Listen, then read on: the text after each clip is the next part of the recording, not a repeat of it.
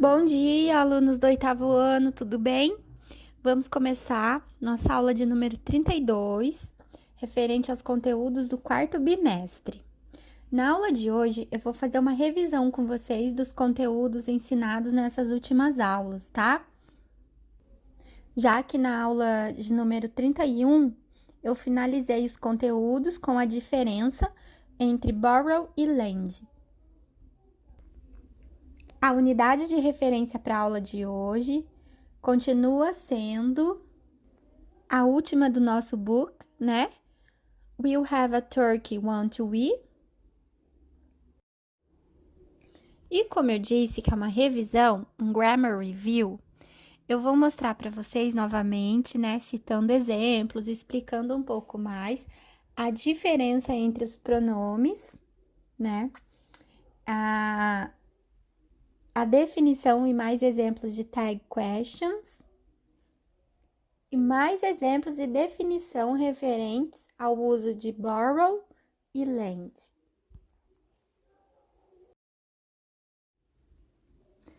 Então, de acordo com a ordem que eu falei do Grammar Review, nós vamos começar vendo as diferenças entre possessive adjectives e possessive pronouns. Quando usá-los, para que servem e a diferença entre eles. Lembrando também que a página de referência é a página 7, tá? Da última unidade do nosso livro. Lá vocês encontram aquela tabelinha cheia de exemplos entre esses dois tipos de pronomes. E começando pelo possessive adjectives, que são, né, os possessivos adjetivos, né, traduzidos ao pé da letra, temos aqui vários exemplos usando-os.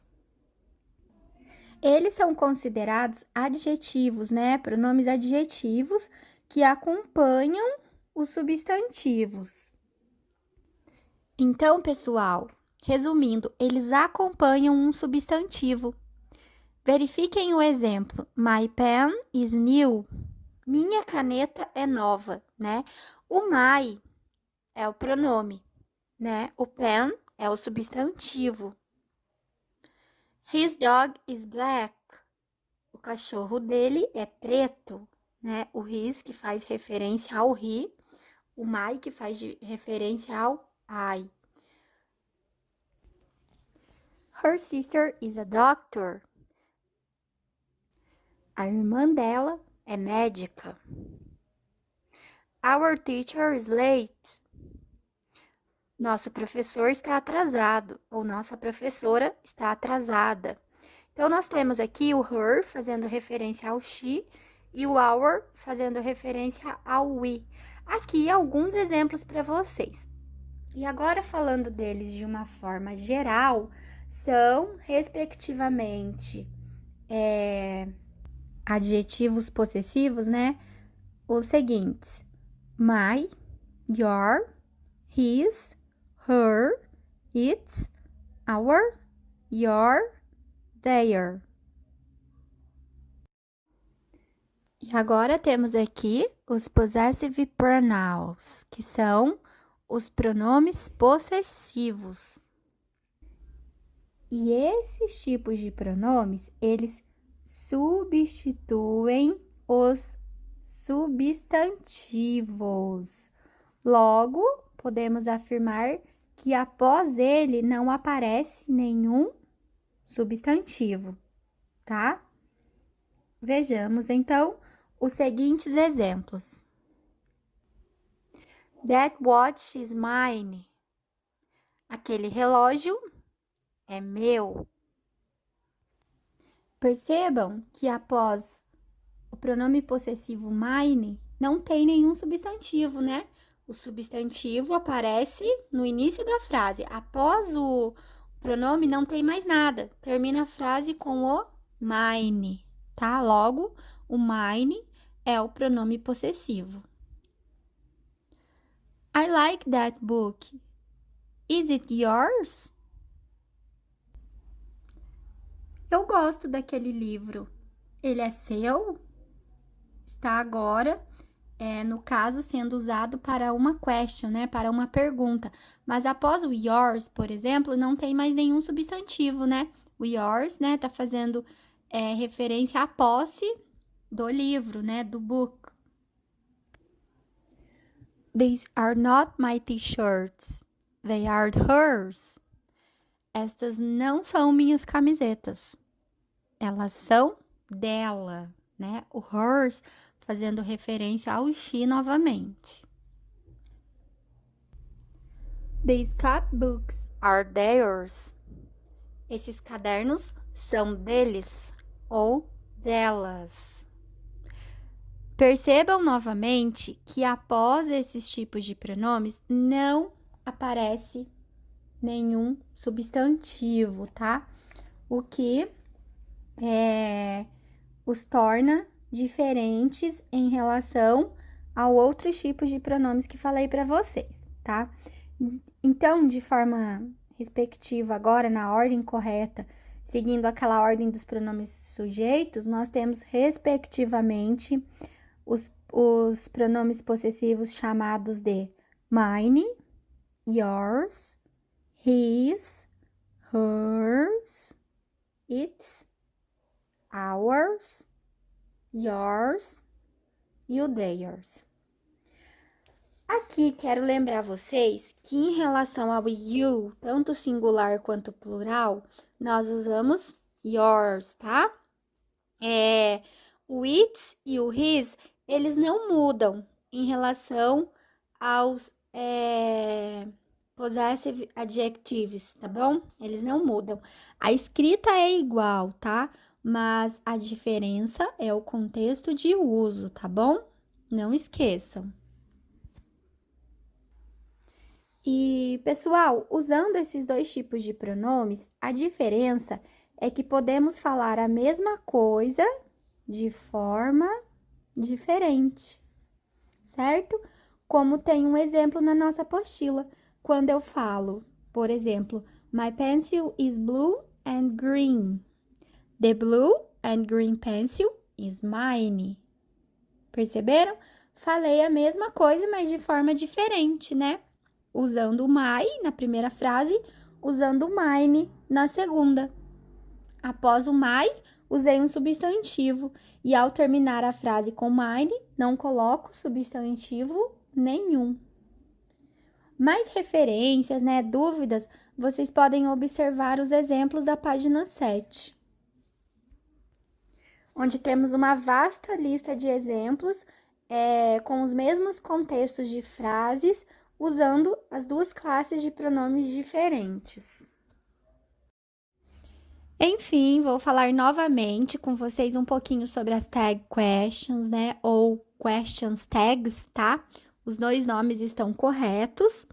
E quero lembrar também que as tags são perguntas curtas que posicionamos no final de uma asserção, negativa ou positiva, com objetivos diversos.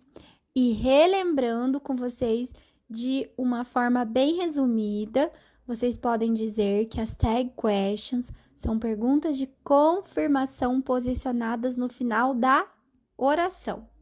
Uma definição bem simples e objetiva para vocês. Em relação às tags, também ficou claro que podemos usá-las com variados tempos verbais, tá? Desde verbo to be, quanto simple present, simple past, present continuous, past continuous, simple future, que mais? Immediate future. Também podemos usá-las com present perfect. E o mais importante que também destaquei para vocês, quanto ao uso das tags com verbos modais, também é possível, né? Usá-las com o can, com o could, should, enfim. As tags são usadas com vários tipos de frases. Nesse vídeo, tá? Eu não criei muitos exemplos, no caso, usando todos os tempos verbais explicados ou todos os verbos modais. Eu coloquei aqui uma listinha com alguns exemplos para vocês relembrarem aí a questão dessas perguntas confirmativas, tá? Dos auxiliares. Eu dei uma ênfase a alguns tempos verbais, como o present, o past e o future, por exemplo, tá? Então, vamos ver a seguir esses exemplos. E aqui estão esses exemplos com as tag questions, começando aí pela plaquinha, né, na cor vermelha, escrita This is a question tag, isn't it? Né? Essa é uma tag question, não é? Legal, né, pessoal? Aqui, nessa plaquinha, nós observamos a presença do verbo to be, né? This is, tá? Então, o isn't it, né, é o is not que vira isn't na tag. Lembrando que as tags não podem ser escritas sem abreviações.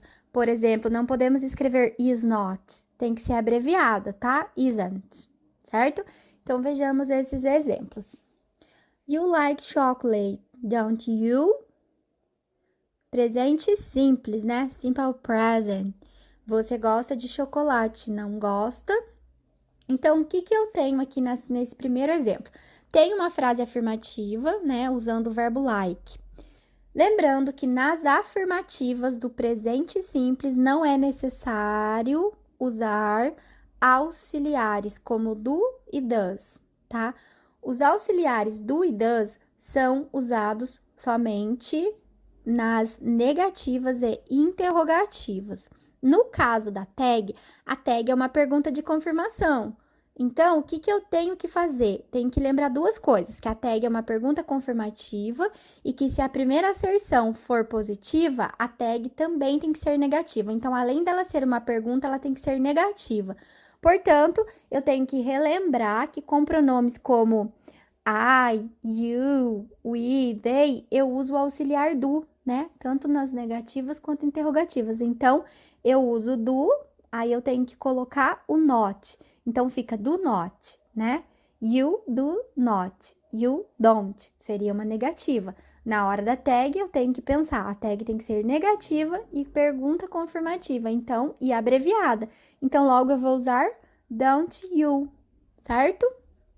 O mesmo acontece com um exemplo a seguir com o tempo verbal simple past. You went to the club, didn't you? Você foi ao clube, não foi? Né? O verbo to go, que significa o verbo ir, no passado simples, ele vira went, né? Só que na forma negativa interrogativa, eu também preciso de um auxiliar no passado simples, que é o auxiliar did, tá? Então, did not vira didn't. Portanto, se a primeira asserção é positiva, a tag tem que ser negativa. Por isso, a frase You went to the club e a tag didn't you? Agora, eu tenho um exemplo aqui com outro tempo verbal que vocês ainda não aprenderam, tá? Esse tempo verbal a seguir, ele é chamado de present perfect, tá? É um tempo, inclusive, que fala de um passado inacabado, coisas que aconteceram lá atrás, mas eu trago para minha realidade. Como nessa frase, She hasn't finished her exercise. Has she? Ela não tem terminado os exercícios, não está terminando, não conseguiu terminar os exercícios, conseguiu, né? Então, aí nós temos a presença de um verbo auxiliar, que é o has ou have, nesse caso has, porque concorda com o she. Então, como a primeira frase tem o she hasn't, a tag vira positiva, tá? Lembrando que esse tempo verbal vocês irão aprender no 9º ano. E o último exemplo que nós temos, you won't be late, will you? Você não está atrasado, está? Aqui nós temos o will not, que vira won't. Como a primeira frase é negativa, a tag volta para a positiva, né? Will you.